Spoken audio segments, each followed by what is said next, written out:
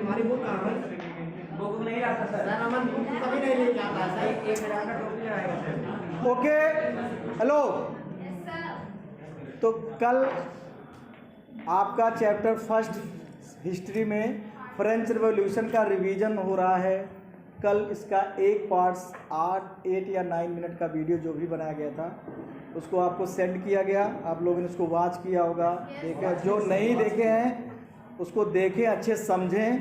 तो इसीलिए दिया गया है कि जो चीज़ें अगर यहाँ पे क्लियर नहीं हुई तो वीडियो में आप शांति से जब पढ़ेंगे तो वो चीज़ आपको क्लियर हो जाएंगी। तो आज उसके आगे का पार्ट्स आपका है French society during the late 18th century. Late 18 मतलब 18th सेंचुरी के एंड की तरफ में फ्रेंच सोसाइटी कैसे थी, उस समय यूरोपियन सोसाइटी कैसे थी। समझ लीजिए, फ्रेंच की ही बात हम नहीं कर सकते, पूरी यूरोपियन सोसाइटी ऐसे ही बटी हुई थी। कुछ चीज़ है नहीं, थोड़ा और ऐसे लगाते कि जी सर रह दे। ओके, इन 1774 लिसन केयरफुली, और बातें बीच बीच से डिस्टर्बिंग वाली नहीं आए, कुछ पूछना होगा तो आप ऐसे लिख करके, ठीक ना। Louis 16 of the Bourbon family of king ascended the throne of France. कब? 1774। डेट अंडरलाइन कर लीजिएगा। एक क्वेश्चन बन गया, जो कहते क्वेश्चन कैसे फ्रेम करें, तो क्वेश्चन बन गया when did Louis 16 ascend the throne of France? Which family belong to? ऐसे से बने ना छोटे। अब ये छोटे क्वेश्चन लॉन्ग तो ऑलरेडी ये सब पूछे हैं, long question. In how many societies या group the French society divided categories. अब तीनों को डिस्क्राइब करिए। बन गया ना long. What were the situation during the 1887 या 1889, जो भी फ्रेंच सिचुएशन क्या थी, क्या सिचुएशन बनी। What were the situation to create the French revolution. फ्रेंच रिवॉल्यूशन का सिचुएशन, क्या सिचुएशन बना कि फ्रेंच रिवॉल्यूशन हुआ। तो क्वेश्चन पढ़िए तो अपने आप क्वेश्चन समझ में, हाँ ये इससे क्वेश्चन बन सकता है, समझे नहीं। और अंडरलाइन जब करेंगे तो वो ब्लैंक्स और उसमें काम देगा आपका मल्टीपल चॉइस में। तो बात हो रही थी बourbon फैमिली असेंट थ्रोन, गद्दी पर बैठाया गया उसको 20 ईयर के एज में। He was 20 years old and married to the Austrian princess, Austria की राजकुमारी से मैरी एंटोनेटी अपॉन हिज, अंडरलाइन भी कर लीजिएगा, मैरी एंटोनेटी कुछ और कोई, ठीक है, अपॉन हिज एसेंसेंस। एक क्वेश्चन ये बन गया आपका, what was the condition of the France during when king Louis 16 ascend the throne. गद्दी पर जब बैठा थ्रोन पर तो उस समय की क्या कंडीशन थी, तो उसी को एक्सप्लेन करने जा रहे हैं। आगे देखिए, yes, upon his assassin the new king found an empty treasure. गद्दी पर किसी को बैठा दीजिए, कह दीजिए कि सारी जिम्मेदारी आपकी है और खजाना खाली, कैसे काम करेगा वो। वही कंडीशन हुआ, हाथ बांध दीजिए और कह दीजिए सारी जिम्मेदारी आप ही की है। तो यही तो ब्रिटिश ने किया। Colonial period during the Kolkata, West Bengal में कोलकाता पे जब उन्होंने प्लासी का युद्ध, सिराजुद्दौला को डिफीट किया, मीर जाफर को मिला करके, फिर मीर जाफर को कन्फेस कर लिया, पपेट क्या बन गए, हाथ की कठपुतली, पपेट शो, मीर कासिम मीर जाफर मीर कासिम, और जब बैटल ऑफ प्लासी हुआ और फिर बक्सर 64-65 में, तो उस तरह से क्या हो गए, पूरी तरह से पांव जम गए ना कॉलोनियल पीरियड वेस्ट बंगाल में, पूरा पावर दीवानी राइट मिल गया। तो क्या हो गया, वहां पे मीर कासिम नाम का राजा बना। बक्सर में मीर कासिम को हटा के पुनः मीर जाफिर को बैठाया गया था। तो उस समय क्या था कि भैया आप एडमिनिस्ट्रेटिव व्यवस्था जो है पूरा मतलब खर्च करने वाला काम, जनता वेलफेयर का काम, कानून व्यवस्था किसके हाथ में, नवाब के, और बाकी सारा जो है जो गेनिंग वाला था वो सब किसको मिला था, ब्रिटिश को।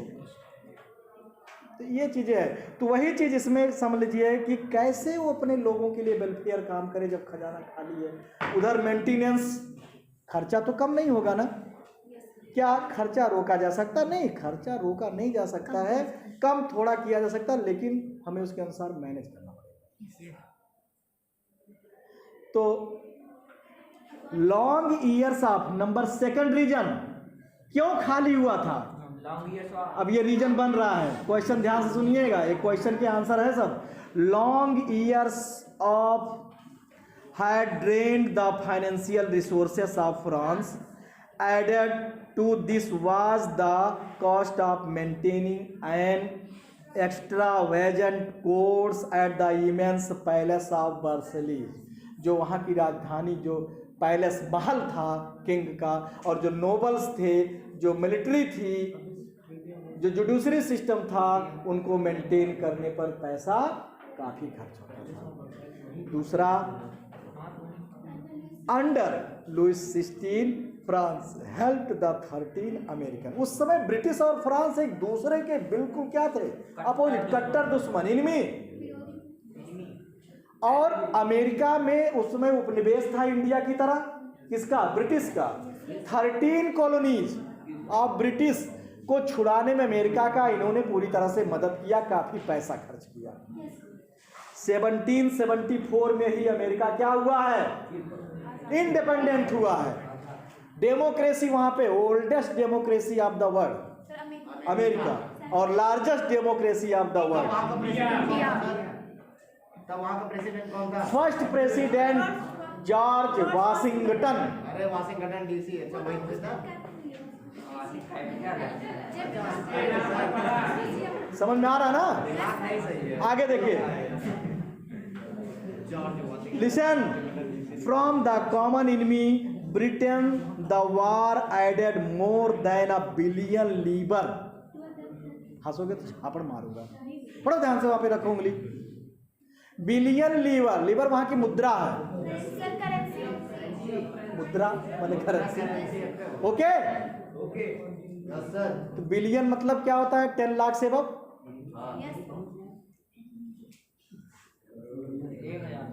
Lenders who gave the state credit, money lender जो पैसा उधार में देने वाले, इन लोगों ने दिया था। और उस समय क्या किया, नाउ बिगेन टू चार्ज 10%, उस पर 10% अतिरिक्त लगा दिया।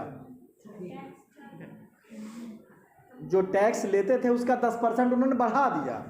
Interest on loan, so the France या French government was obliged to spend in increasing percentage of its budget on interest payment alone to meet its irregular या रेगुलर एक्सपेंस, मतलब regular दैनिक खर्चों को कंप्लीट करने के लिए क्या हुआ, उनके पास पैसा तो रह नहीं गया, जो लोन लिया उस पर भी अतिरिक्त कर्ज लग गया, उसको देना है।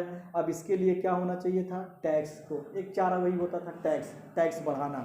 और टैक्स अकेले जो है गवर्नमेंट किंग नहीं बढ़ा सकता था, उसके लिए असेंबली की मीटिंग, या ठीक है, समझे रहिए, अच्छी बात है, समझिए, बातें आए। और ये सब चीज़ें उस समय भी हमने ऐसे क्लियर करके आपको बताई थी, पढ़ाई थी, और ध्यान से समझिए। इसलिए क्लास लेना मस्ट है, जो नहीं आ रहे उनको आप फोन कर दीजिए। कैसे करते हैं सर, बोलो जॉब की है, कैसे करते हैं? आगे देखिए, फोन ये कह रहे हैं कि मैं बम्बई कमाने गया हूँ। ठीक है, लिसन, बढ़िया कर रहा है आगे। To meets irregular regular expense such as the cost of maintaining an army, court, running government officer or universities, इन सबको चलाने के लिए the state was force to increase taxes, tax को इंक्रीज करने पर फोर्स होना, मजबूर होना पड़ा। Yet even this measure would not have sufficed, French society in the 18th century was divided into 3। अब आ जाए सोसाइटी पर आ गया, तो आगे पीछे चल रहा है, समझ रहे? जैसे पहले पेज में हमने कल क्या पढ़ा था, रिवोल्ट, वहाँ एक तरह से आक्रमण कर दिया था, लेकिन फिर वहीं से बैक आए पिछली कहानी से। क्या कंडीशन थी, जैसे मूवी में पहले क्या दिखाता, एंड कंक्लूजन पहले दिखा देता है, उसके बाद तब वहाँ लड़का वो था, तब वो लड़का बड़ा होगा, लड़की बड़ी होगी, फला होगा, तमाशा होगा।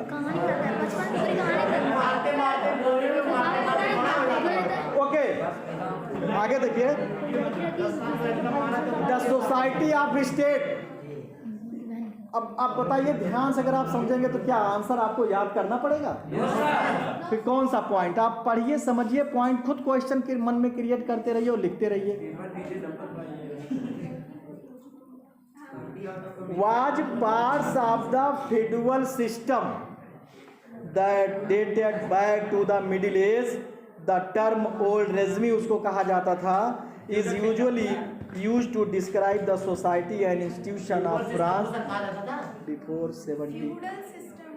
feudal system इसमें होता क्या था? सर इसमें क्लर्जी और नोबिलिटी को पूरा अधिकार था पीसेंट से काम करवाने, या मतलब सामंती व्यवस्था जिसको हम कहते हैं, एरिस्टोक्रेसी, समझे ना? कि जो होता था सर इसमें वाइट बता रहे, नोबल पावर जो होते थे और क्लर्जी मैन, इन लोगों को बाई बर्थ प्रिविलेज था, जन्म अधिकार, उनको टैक्स नहीं देना पड़ता था, काम नहीं करना, खेती करने का काम थर्ड स्टेट के लोग। यही आगे फिगर 2 में आपको दिखाया, two shows how the system of state in French society was organise. Peasant made up about 90%। ध्यान दीजिए, पूरे फ्रांस की जनसंख्या 90% टोटल उसका पीजेंट लोग थे, और 10% नोबल और क्लर्जी थे, और पावर किसके हाथ में था? 10% के 10% में। मुट्ठी भर लोग, पावर वो राज वो करें, और ज़्यादा संख्या किसकी? यही तो डेमोक्रेसी, इसीलिए तो आया।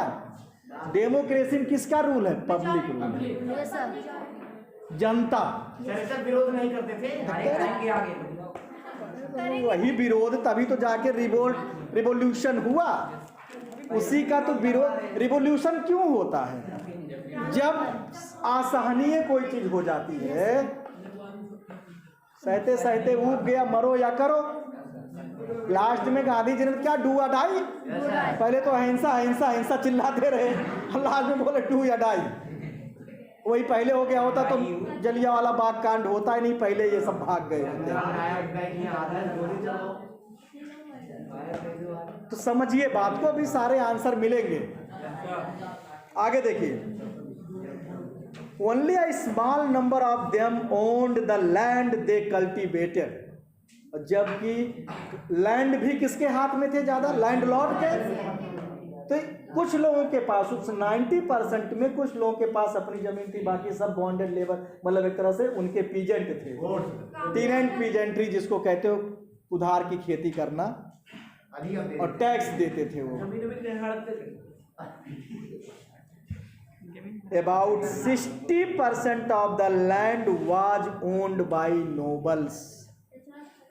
नोबल्स मतलब जो किंग के ऑफिशियल होते थे, इनके पास लैंड 60% होते थे। The church and other richer member of the third state. फिर चर्च के पास क्लर्जी और जो थर्ड स्टेट के रिचर लोग होते थे, उनके पास जमीन होती थी। The members of the first two state that is the clergy, या चर्च के लोग जो पादरी चर्च से रिलेटेड होते थे, and nobility enjoyed the certain privilege by the birth. अधिकार, राइट, छूट। The nobles further enjoyed feudal privilege. और इसके अलावा भी नोबल्स को जो उसमें लोग पैदा होते थे, उनके घरों में उनको फ्यूडल प्रिविलेज था, सामंती व्यवस्था, मतलब उनको वही राजशाही राजतंत्र की वाली थी। And these included feudal dues which they extracted from the peasant. peasant से लेते थे. Peasant were obliged to render services to the lord to work in his house and field. उनके घरों में काम करते थे, खेतों में काम करते थे. जैसे भाई हमारे समाज में भी तो ऐसे ही था. पहले के समय में जमींदार लोग होते थे, तो जमींदार जो किसान वर्ग होता उसकी खेत नहीं तो पता चला कि आके घर पर भी मजदूरी करे, उनके खेत में भी बदुआ मजदूरी करे और अपने जाके घर पर भी काम करे. ये है बेगार जिसको कहते हो, उसके बदले मिलना नहीं है कुछ. To serve in the army or to participates in building road. Army में या सड़क बनवाने मतलब निर्माण कार्य में मदद करना. अगला है the church to extracted its share of taxes called tithe और टाइली. सब याद कर लीजिएगा. जो चर्च अपना टैक्स लगाता था ऑलरेडी अलग से tithe from the peasant and finally all members of the third state had to pay taxes to the state. These included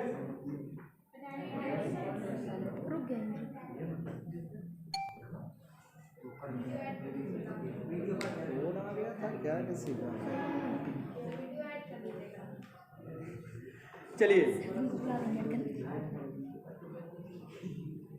These included a direct tax known as tally. जो direct tax लगता था नोबल्टी और church के द्वारा third state पर, ये tally था. और जो चर्च केवल अपना अलग से करता था 10% जो उसका. अगला है and the number of indirect taxes which were levied on articles of everyday. जैसे आज हम जीएसटी लगाते हैं तमाम चीज़ों पर, तो ऐसे ही डायरेक्ट टैक्स और इनडायरेक्ट टैक्स थे. लाइक सॉल्ट और टोबैको. भाई ब्रिटिश लोगों ने भी तो साल्ट पे टैक्स लगाया था, उसी को करने के लिए डांडी मार्च किया गया. साल्ट सत्याग्रह पढ़ोगे 10th में चैप्टर 2 नेशनलिज्म इन इंडिया. और क्लास 8th में मैंने पढ़ाया था, बोला था मिलेगी ये 9th में, ये 10th में से ये मिलेंगी. मार मारेंगे 1930 में सिविल डिसोबीडियंस मूवमेंट, सविनय अवज्ञा आंदोलन 30 में शुरू हुआ, 31 में बंद हुआ, फिर 32 में शुरू हुआ, फिर बंद हुआ. पिछली साल की बातें याद नहीं है. अरे सर आगे देखिए द बर्डन. बुक बंद करके न बैठिए और अंडरलाइन करते रहिए, फिंगर रखो उस पे. The burden of financing activities of this state through taxes was borne by third states loan alone. कौन देता था सारा कर्ज, सारा टैक्स का बर्डन किस पर था? थर्ड स्टेट पर. तो यही टैक्स बढ़ाने के लिए लुइस किंग ने जो है सोचा और उसने जनरल स्टेट असेंबली की मीटिंग बुलाई. आगे देखते हैं हम. The struggle to survive.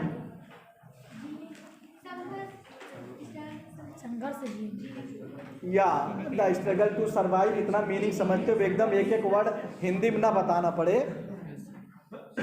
आप इंग्लिश टू इंग्लिश मीनिंग लिखिए, उसी बुक में ही लिख दीजिए उसकी.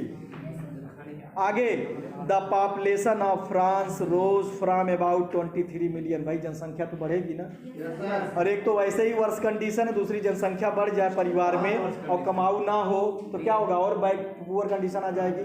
वही चीज आगे देखिए. इन 1715 to 28 मिलियन इन 1789. 23 मिलियन से 28 मिलियन हो गया. This led to a rapid increase in the demand for food grain. अभी बैठे रहिएगा, ये पेज होने दो. अमित समझने का प्रयास में मारेंगे, बस केवल बोलते हो. तो फूड ग्रेन्स की समस्या, दूसरा प्रोडक्शन भी लेस हो गया. ड्यूरिंग द डॉट कंडीशन या फेमाइन कंडीशन जिसको हम कहते हैं, severe cold. Production of grain could not keep pace with the demand. मतलब जो भोजन की डिमांड थी उसको पूरा नहीं कर पाया, उत्पादन नहीं था उतना. उस समय ग्रीन रिवोल्यूशन नहीं था. So the price of bread which was the staple diet, मतलब मेन भोजन ब्रेड उसकी दाम बढ़ गए। Majority rose rapidly, most worker were employed as labour in workshop whose owner fix their wage. अच्छा, कामगार लोग जो थे मजदूरी तो फिक्स थी, उस रेशियो में उनकी वेग नहीं बढ़ी, मजदूरी नहीं बढ़ी और एक्सपेंसेस या महंगाई बढ़ गई। आज क्या है, महंगाई बढ़ जाती है और भाई सरकारी कर्मचारियों की तो सरकार उनकी भत्ता, अलाउंसेस, तमाम चीज़ें बढ़ा देता है, टीए डीए सब कुछ बढ़ा देता है, 7वां वेतन 6वां वेतन फला फला। प्राइवेट वाले क्या करें, कौन सा वेतन लागू होता है वहाँ, और न टैक्स न हाउस रेंट न कुछ, तो खर्चा तो कौन, हमेशा कौन परेशान रहा है, थर्ड स्टेट के लोग, मिडिल माने थर्ड ही, weaker section of the society. आगे, बट बेग्स did not keep pace with the rise in prices. जो दाम बढ़ रहे थे उसके अनुसार बेग जो है नहीं हुआ, मजदूरी नहीं बढ़ी। So the gap between the poor and rich widened. आज भी वही है कंडीशन, कितना भी सरकार प्रयास कर रही लेकिन अमीर और गरीब के बीच में खाई बनी हुई है, अमीर अमीर होता जा रहा है, गरीब होता जा रहा है। अरे भाई वो 100 पैसा लगा रहा है तो मान लीजिए 150 कमाएगा, और जो 10 लगा रहा है वो कितना कमाएगा, 15-20 कमाएगा, तो अंतर तो बना रहेगा हमेशा। आगे, things became worse whenever drought और हेल रिड्यूसेस। बर्फबारी हो जाएगी, जैसे मौसम था, चलिए बच गया, अभी तो होना था कि बारिश होगी, बारिश तो चल जाती है, लेकिन जब हेल स्टोन, ठंडियों में देखते हैं ना बर्फ भी पड़ने लगते हैं, और पता चला हमारी सरसों फूल के रेडी हुई है और कट के नीचे गेहूं की बाली तैयार हो, कट के नीचे potato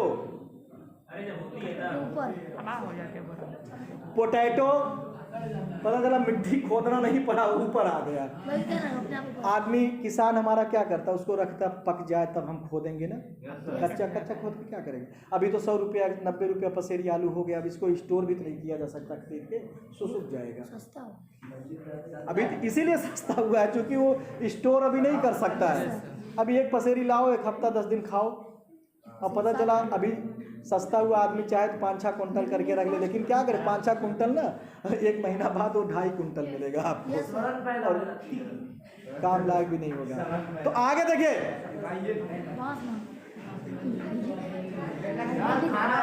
yes, last line, things became worse whenever drought or hail reduced the harvesters, so this led the subsistence crisis। का मतलब जब जीविका के लाले पड़ जाए, जब जीविका चलाने में असमर्थ हो जाए, मीनिंग दी गई है। Okay, something that occur frequently in France during the old. Okay, chapter समाप्त, आप पढ़िएगा, समझिएगा और प्रैक्टिस पेपर दिया उसको करिएगा।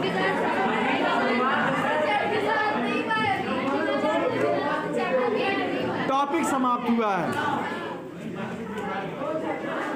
मजा आ गया।